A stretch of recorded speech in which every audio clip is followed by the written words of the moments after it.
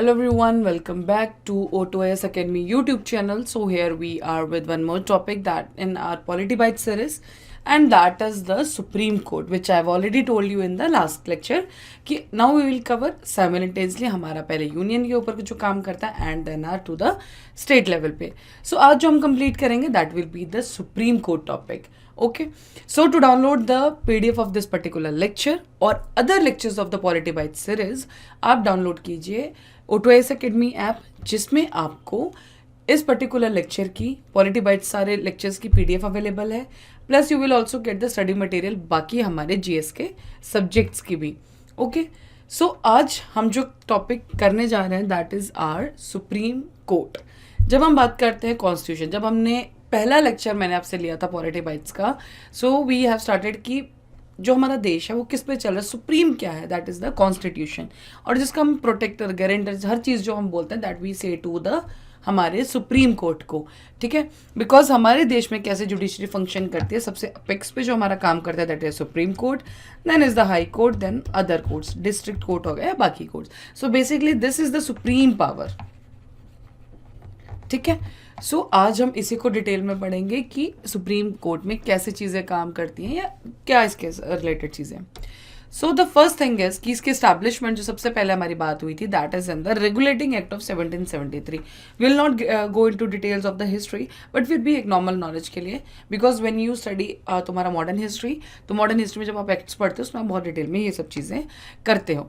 Then next is कि India ने जब 1947 में हमारा इंडिपेंडेंस पाई, 26 जनवरी को वो आया, कॉन्स्टिट्यूशन हमने स्टार्ट किया.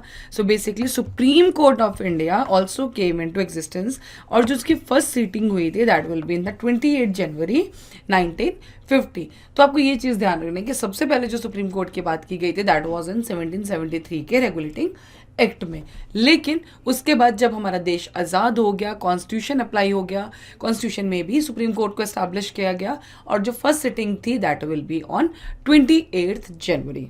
ओके, सो बेसिकली सुप्रीम कोर्ट हमारा, सुप्रीम कोर्ट के बारे में बात कहाँ की गई है. सो सुप्रीम कोर्ट के बारे में बात की गई है आर्टिकल 124 से 147 में. पार्ट कौन सा है? 5. जब हमने यूनियन एग्जीक्यूटिव पढ़ा था तभी we have studied this part. Deal with the organisation, independence, jurisdiction, powers and procedures of the supreme court. So these are the things जो आर्टिकल 124 से लेके 147 में बोली गई है. नेक्स्ट इज आर्टिकल 124 क्लॉज 1 बोलता क्या है कि constitution provides that there must be a supreme court of India. हमने जब भी कोई ऑफिस पढ़ा है, चाहे प्रेसिडेंट पढ़ा है, गवर्नर पढ़ा है, तो हमने एक चीज़ बोली थी कि एक कोई ऐसा आर्टिकल होता है जो उस पर्टिकुलर ऑफिस की एस्टैब्लिशमेंट के ऊपर बात करता है, जो उस पर्टिकुलर ऑफिस के ऑथराइजेशन के ऊपर बात करता है.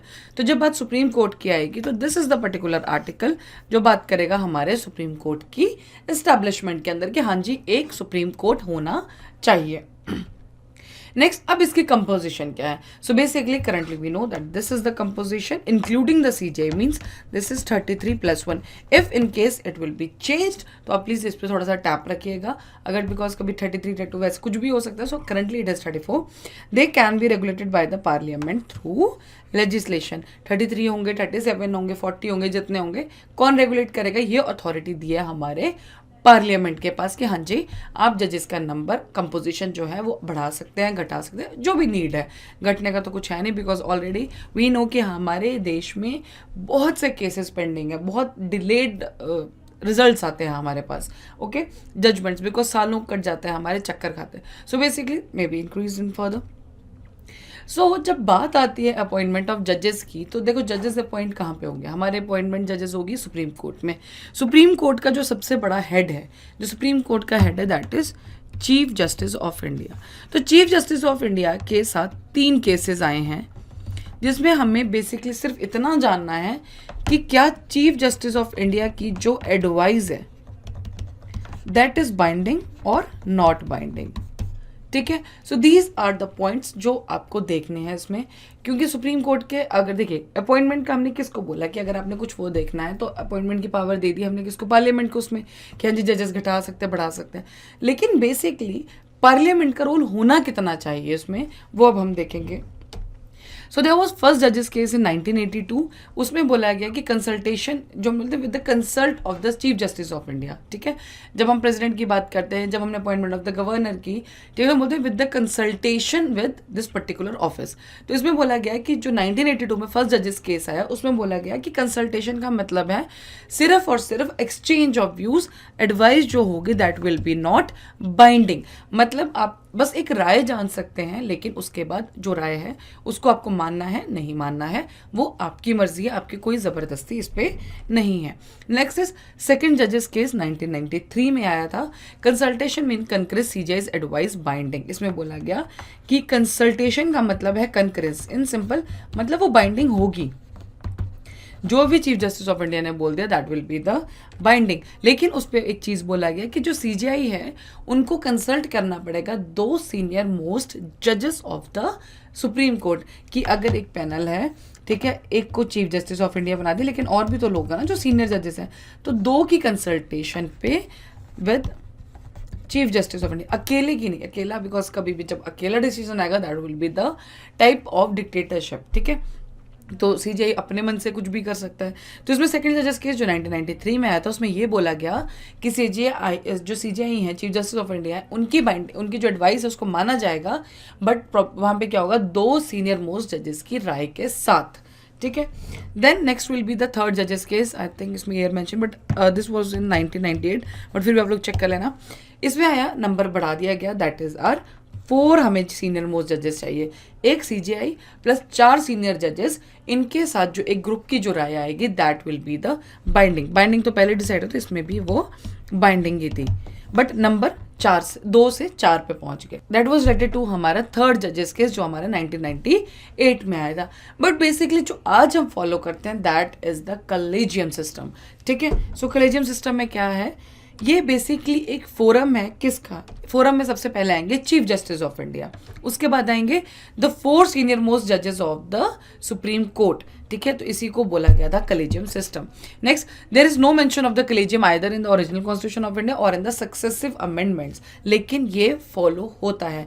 तो आज के टाइम पे जो हमारी बेसिकली अपॉइंटमेंट है जजेस की, so we follow our collegium system, जिसमें हमने थर्ड जजेस केस के बाद जो आया था, ठीक है, दैट इज आर हमारा कि एक होंगे चीफ जस्टिस ऑफ इंडिया, उनको कंसल्ट करना पड़ेगा 4 लोगों के साथ, ठीक है। तो chief justice of India plus 4 जजेस, ये हम आज के टाइम पे फॉलो करते हैं अपॉइंटमेंट ऑफ जजेस के लिए, ठीक है। लेकिन एक चीज़ ध्यान रखिएगा, ये कॉन्स्टिट्यूशन में मेंशन नहीं है, लेकिन फॉलो हम यही करते हैं एज एन कन्वेंशन, आप बोल लीजिए, रूल बोल लीजिए, कैसे भी, बट ना इसके लिए कोई पर्टिकुलरली अमेंडमेंट की गई है, ना ये हमारे कॉन्स्टिट्यूशन में ओरिजिनली मेंशन था। बिकॉज अगर ओरिजिनली मेंशन होता तो हमारे पास केसेस की ज़रूरत नहीं थी। सो बेसिकली देखेंगे हम अपॉइंटमेंट होती कैसे है। तो अपॉइंट कौन करता है, हमारे प्रेसिडेंट। बट क्या रिमूवल ये करते हैं? नहीं, रिमूवल के लिए एक पर्टिकुलर प्रोसीजर है। हमने पहले भी देखा था कि इम्पीचमेंट ऑफ जजेस नहीं होगा, इम्पीचमेंट सिर्फ किसकी होती है, प्रेसिडेंट की। But when it is to the हमारे जजेस के लिए, तो दैट इज रिमूवल ऑफ जजेस, ठीक है। Next is the Chief Justice appointed by the President after consultation with the such judges of the Supreme Court and High Court as it deems necessary. ठीक है, चीफ जस्टिस की मर्जी है, लेकिन हमने कॉलेजियम सिस्टम अभी देख लिया। The other judges of the Supreme Court are appointed by the President after consultation with the Chief Justice and such other judges of the Supreme Court. So this is the way how the judges are appointed in this particular thing. The consultation with Chief Justice is obligatory in the case of appointment of a judge other than the Chief Justice. जब chief justice को appoint करेंगे तो आपको normal जजेस को पूछना पड़ेगा जो हमारे सीनियर मोस्ट जजेस हैं, but when it related to the बाकी जो हमारे जजेस हैं उसमें ये आ जाएगा आपका जो हमने कॉलेजियम सिस्टम पढ़ा। सो दैट इज़ नेसेसरी, ऐसा नहीं कि आपकी मर्जी है, इट इज़ ऑब्लिगेटरी, इसका ऑब्लिगेशन है, it is necessary. So basically what are the qualification for to become a judge of the Supreme Court, और ये बात किस में गई है, that is in our article number 124, जिसमें ये बोला गया है कि हाँ जी ये क्वालिफिकेशन अगर कोई पर्टिकुलर जज जो हाई कोर्ट का जज हो, डिस्ट्रिक्ट जज हो, कोई भी हो, तो कौन सी क्वालिफिकेशन है उस पर्टिकुलर पोस्ट के लिए एलिजिबल होने के लिए। So first is he should be a citizen of India, as simple as that. Next is he should have been जज of a high court for 5 years और he should have been advocate of a high court for 10 years। ये और ध्यान रखिएगा, या तो वो 5 साल के लिए हाई कोर्ट के जज हों या 10 साल के लिए वो एडवोकेट हों हाई कोर्ट में। डिस्ट्रिक्ट कोर्ट नहीं, सबॉर्डिनेट कोर्ट कहीं पे भी नहीं, it is all related to the high court. या तो अगर वो जज बन चुके हैं तो पिछले 5 साल से वो जज होने चाहिए हाई कोर्ट के, और अगर वो जज नहीं बने तो वो 10 साल से हाई कोर्ट में प्रैक्टिस करते होने चाहिए। Next is he should be distinguished jurist in the opinion of the president. Opinion किसका आ गया यहाँ पे? हमारे प्रेसिडेंट का। अपॉइंट कौन करते हैं? यही करते हैं, ठीक है। So these are the qualifications related to अगर आपको एक सुप्रीम कोर्ट का जज बनना है। क्या? सिटीजन ऑफ इंडिया, 5 साल के लिए जज, या तो दोनों नहीं उनको फुलफिल करनी, या तो वो हाई कोर्ट के जज हो 5 साल के लिए, या फिर वो हो advocate of the high court for the 10 years। Next is what is the tenure of the जजेस। हमारा टेन्योर कितना होगा जजेस का? So he holds office until the age of the 65 years। Any question pertaining to this age will be determined by such authority as decided by the parliament. Decide करने की जो हमारे पास दी गई that is are with the parliament. He can resign his office writing to the president. Appoint अगर president करेगा तो रिजाइन भी इनको ही करना पड़ेगा।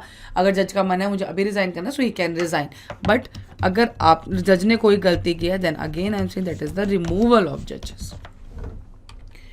Next, he can be remove from his office by the president on the recommendation of the parliament. अब next slide में we'll see कि रिमूवल होता कैसे है, ठीक है। सो रिमूवल ऑफ द जजेस आर्टिकल कौन सा बोलता है? 124 इस पे बात करता है। तो रिमूवल ऑफ जजेस में जब काम कौन करेगा? पार्लियामेंट। तो क्या आएगा सबसे पहले? वो दैट कोई एक मोशन पास करना पड़ेगा। A motion support removal must be supported by 100 Lok Sabha and 50 Rajya Sabha members, ठीक है। 100 लोकसभा के मेंबर चाहिए और 50 राज्यसभा के मेंबर चाहिए, उसके बाद उस रिमूवल के सपोर्ट लिया जाएगा। प्लस द प्रिसाइडिंग ऑफिसर की मर्जी है कि अगर वो मोशन आ भी गया, मीन्स वो पर्टिकुलर चीज़ वो पेपर आ भी गया रिमूवल जिसमें बात की गई है, तो भी वो उसको एक्सेप्ट करें या ना करें। ये जो प्रिसाइडिंग ऑफिसर है, मीन्स लोकसभा में है तो दैट विल बी हमारे speaker, and if it is in the Rajya Sabha then it is the chairman, कि वो उसको एक्सेप्ट करें या ना करें। तो पहला तो हिंड्रेंस यहीं पे आ गया, ये जरूरी है। Next, if admitted an inquiry committee of chief justice of India और अ सुप्रीम कोर्ट जज, chief justice of high court and distinguished jurist checks if जज इज गिल्टी। ये पॉइंट आपको ध्यान रखना है कि मान लिया अगर चीफ जस्टिस ऑफ इंडिया के ही खिलाफ है तो ये वाला पोर्शन हट जाएगा। तभी इसमें और लिखा गया है कि सुप्रीम कोर्ट जज, chief justice of high court and distinguished jurist check if the जज is guilty. If the committee finds the judge guilty, then Parliament can pass a motion by special majority. Not simple, it is a special majority of the both houses. Special majority आपको अभी तक याद है, that is हमारा जो 2/3 वाला concept है, ठीक है। Next, in an address supported by this motion must be presented to the president on the same day. Then by president order the judge can be removed. Basically एक bill था जिसमें बात की गई कि ए को रिमूव कर दो। ए कौन है? सुप्रीम कोर्ट के जज। पास कौन करेगा? अगर हम लोकसभा से समझे तो 100 मेंबर को इसको सपोर्ट करना होगा कि हाँ जी हमने रिमूवल का जो है प्रोसीजर स्टार्ट करना है। लेकिन वो करने के बाद भी हमारे स्पीकर की मर्जी है कि वो उसको एडमिट करे या ना करे, ठीक है। उसके बाद जो हमारा चलेगा, ठीक है, लोकसभा के मोशन पास हो गया, स्पीकर की मर्जी है वो उसको एडमिट करे या ना करे। देन उसके बाद भी स्पीकर ने जब एडमिट कर लिया उसके बाद एक इंक्वायरी कमेटी बैठेगी, जो हमने इसमें देखा, ठीक है, कि हमारे पास जो इंक्वायरी कमेटी कि वो गिल्टी है भी कि नहीं। अगर गिल्टी वो पास हो जाए, गिल्टी वहाँ पे प्रूव हो जाते हैं, उसके बाद क्या करना पड़ेगा आपको? प्रेसिडेंट जो है सॉरी स्पेशल मेजॉरिटी से आपको उसको पास करना पड़ेगा।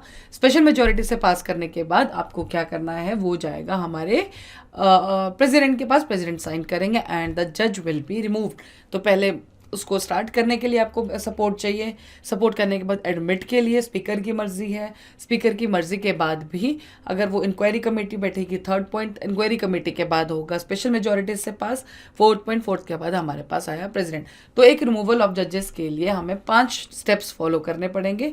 अगर हम हर स्टेप से निकलेंगे लास्ट में देन द जज will be removed. Next is the seat of the supreme Court. तो the supreme court seat is designated in the constitution as the Delhi.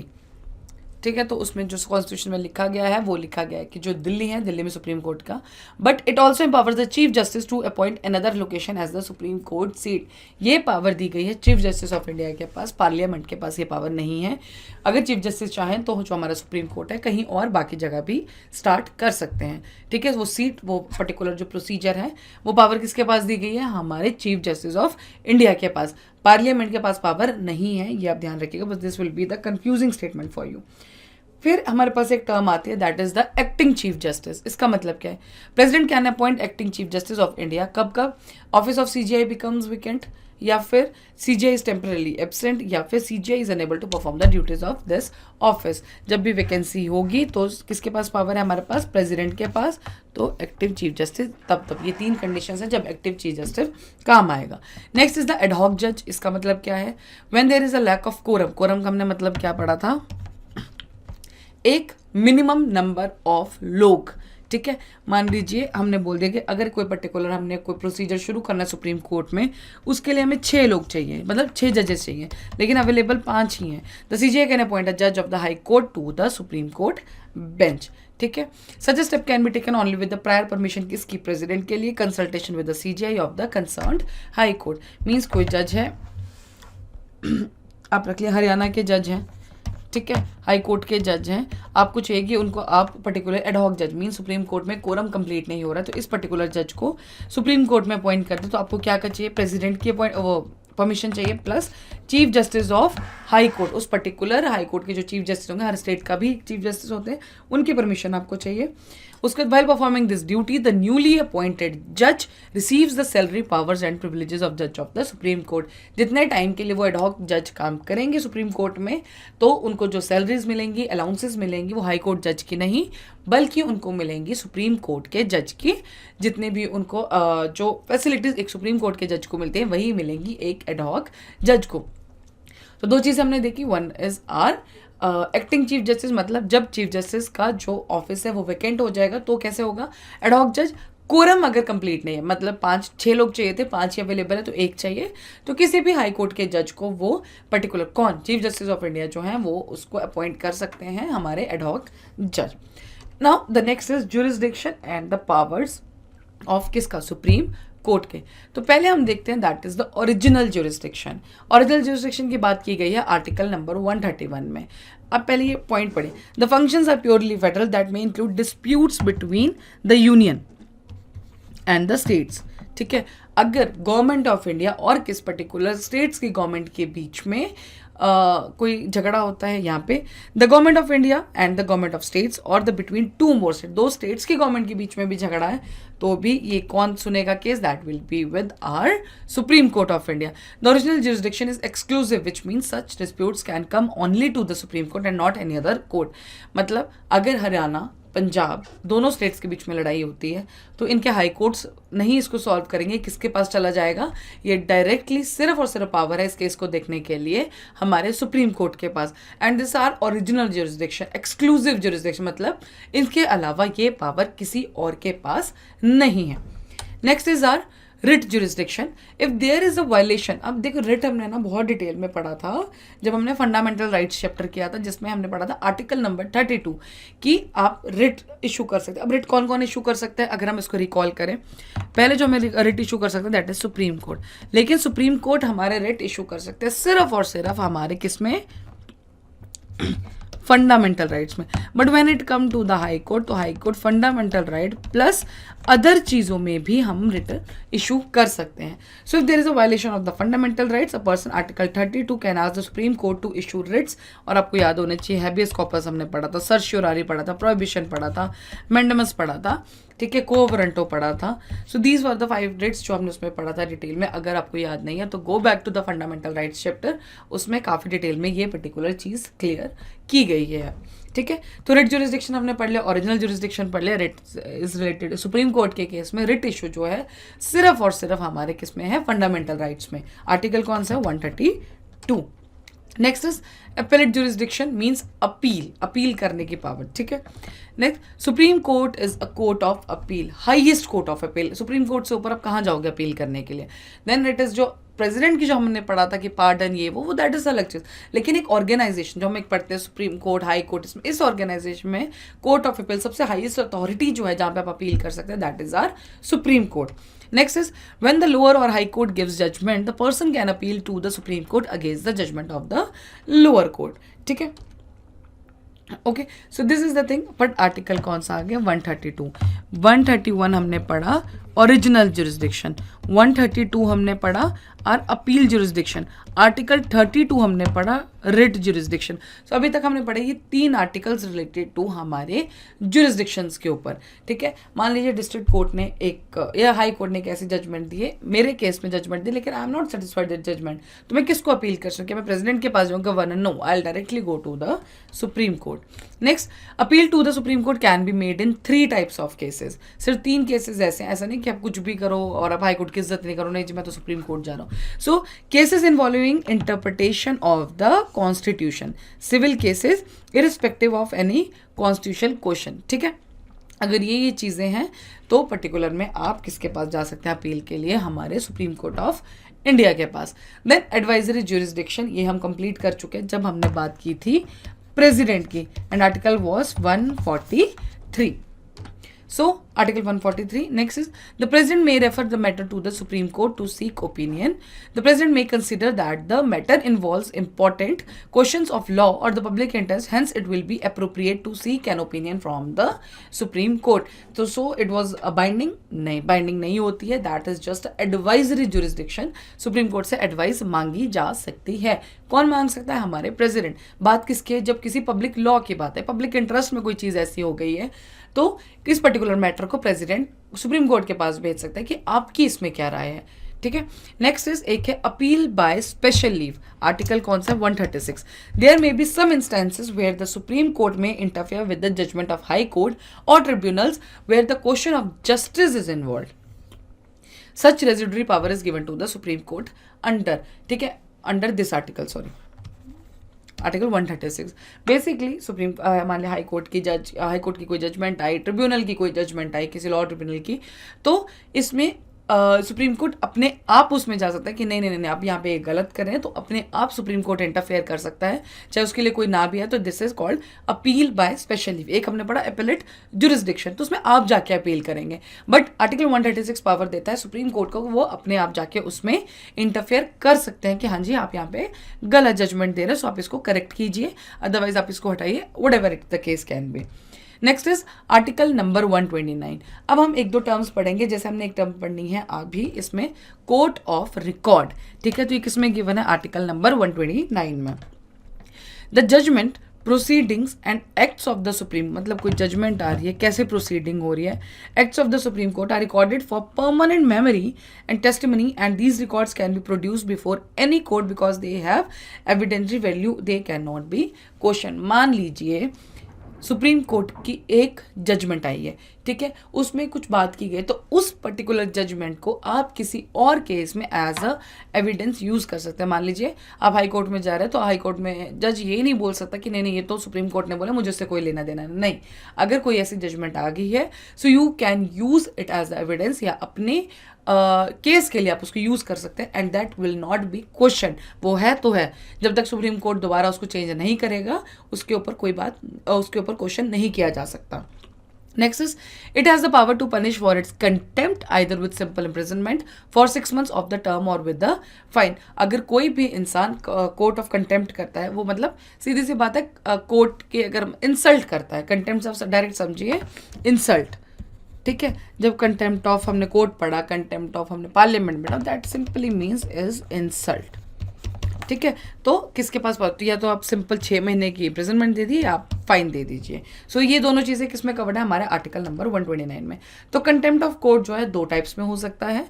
Contempt of court can be of 2 kinds. इसमें क्या है? Civil, which is the wilful disobedience of a court order और judgment, और wilful breach on undertaking given to the court. मतलब मैं सब कुछ जानबूझ के मैंने कोर्ट के इंसल्ट की है, किसी प्रोसीडिंग की, किसी जजमेंट की जानबूझ के. इट्स नॉट कि बाय मिस्टेक मैंने किया है, जानबूझ के मैंने कोर्ट की किसी पर्टिकुलर चीज़ को अगर इंसल्ट किया है, so that will be called a civil contempt. Next is the criminal contempt.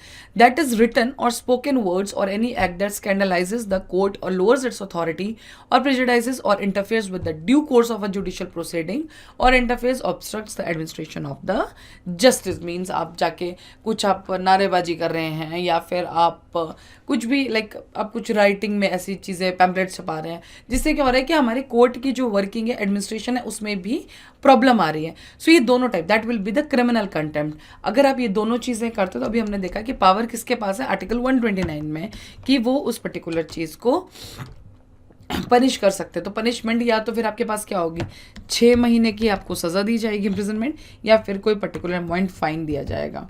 ठीक है. सो दैट्स ऑल अबाउट विद हमारे सुप्रीम कोर्ट ऑफ इंडिया में यही आपके आर्टिकल्स काम के हैं. अपॉइंटमेंट ऑफ जजेस आपको पता लग गया, रिमूवल ऑफ जजेस आपको पता लग गया, कौन सी हमारे पास क्वालिफिकेशंस हैं जो आपको पूरी करनी पड़ेंगी एक सुप्रीम कोर्ट के जज बनने के लिए. ठीक है. So I don't think so. हाँ, बाकी कुछ टर्म्स हमने देखी that is acting chief justice, ad hoc जज, कोर्ट रिकॉर्ड. ठीक है. And then appeal by special leave. ठीक है. जुरिस्डिक्शन तो ठीक है, original, appellate jurisdiction, writ jurisdiction, ये आपको पता है. But appeal by special leave कौन सा आर्टिकल 136. ठीक है.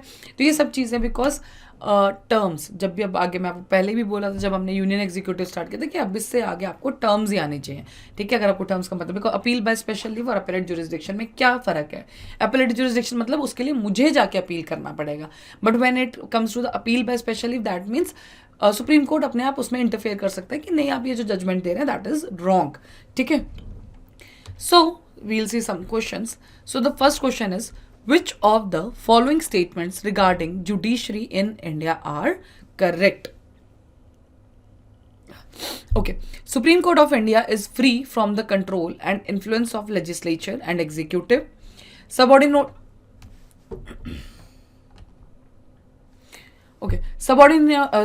courts are the head of the judicial hierarchy of the state.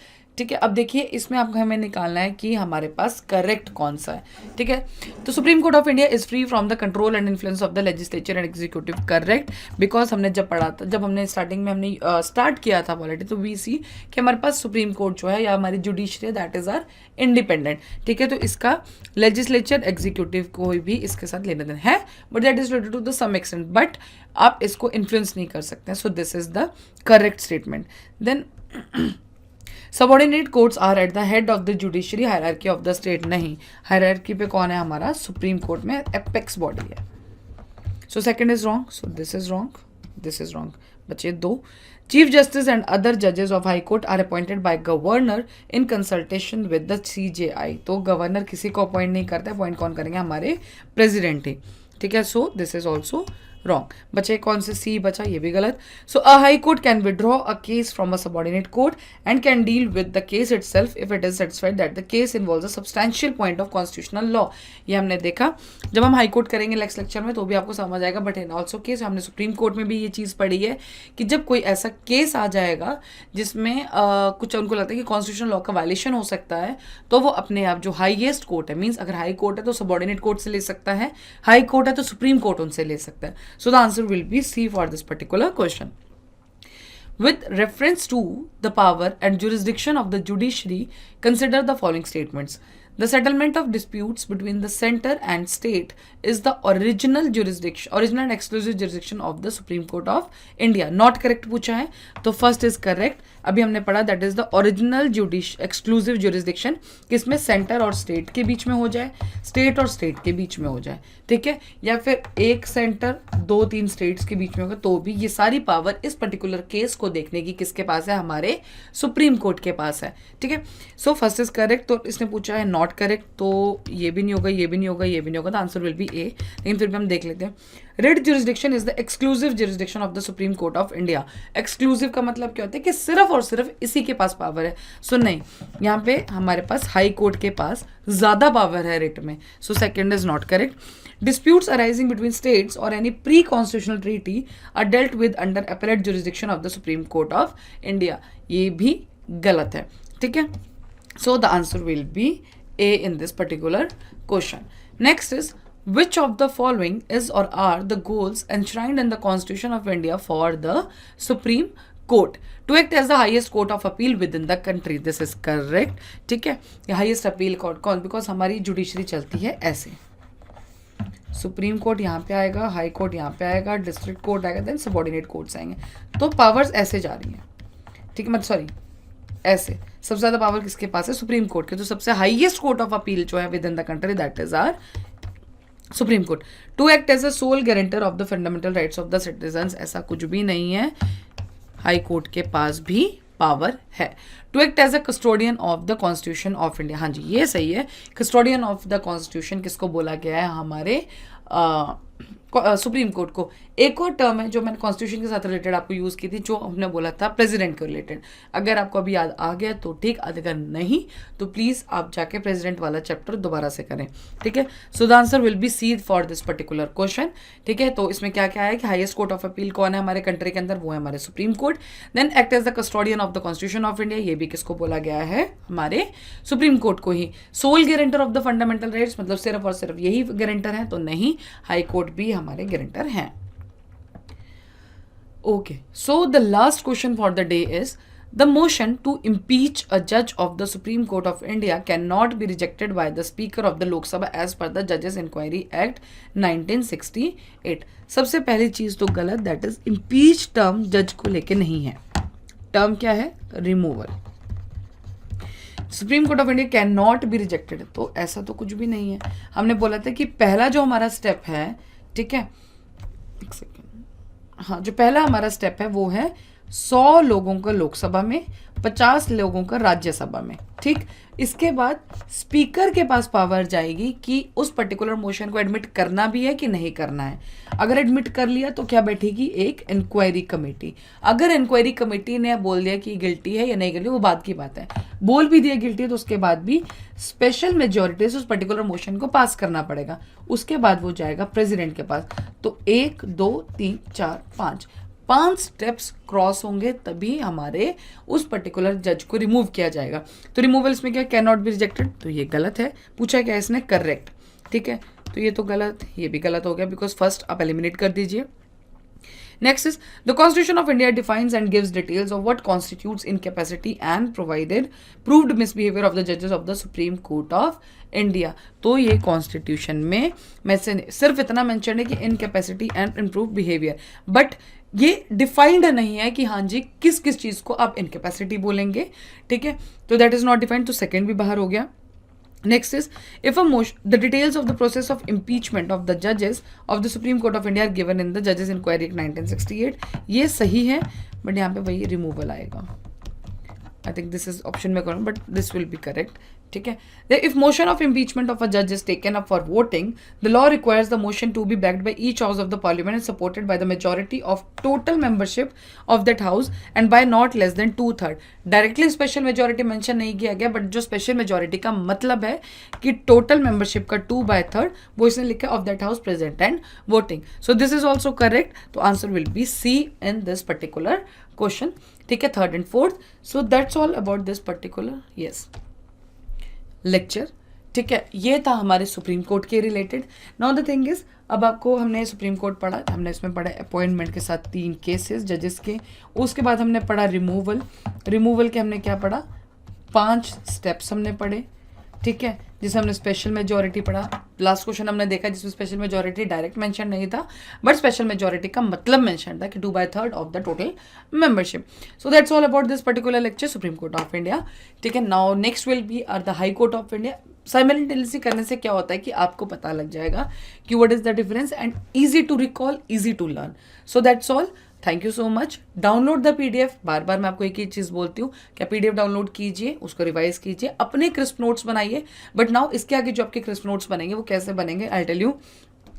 आप एक टेबल बनाइए, ठीक है, आप लिखिए supreme court and then high court. Qualification of जजेस में क्या फ़र्क है आपको पता लग जाएगा, ठीक है। देन इट इज़, आप टेन्योर लिखिए, रिमूवल लिखिए। जब आप एज देखेंगे, हमने सुप्रीम कोर्ट में देखी 65 एज मैक्सिमम, लेकिन जब हाई कोर्ट हम करेंगे तो आप देखना उसमें एज कम बताई गई है, ठीक है। सो अब टेबल बना के साइमल्टेनियसली एक ही टेबल में ये चीज़ कंप्लीट करिए, it will really help you lot when आप रिविजन करेंगे, ठीक है। अदरवाइज आप यहाँ से कुछ पढ़ेंगे, वहाँ से कुछ पढ़ेंगे तो थोड़ा सा confuse, because notes should be crisp when it comes to the revision part. Thank you so much, hope you like this lecture. Download the PDF and do revise this.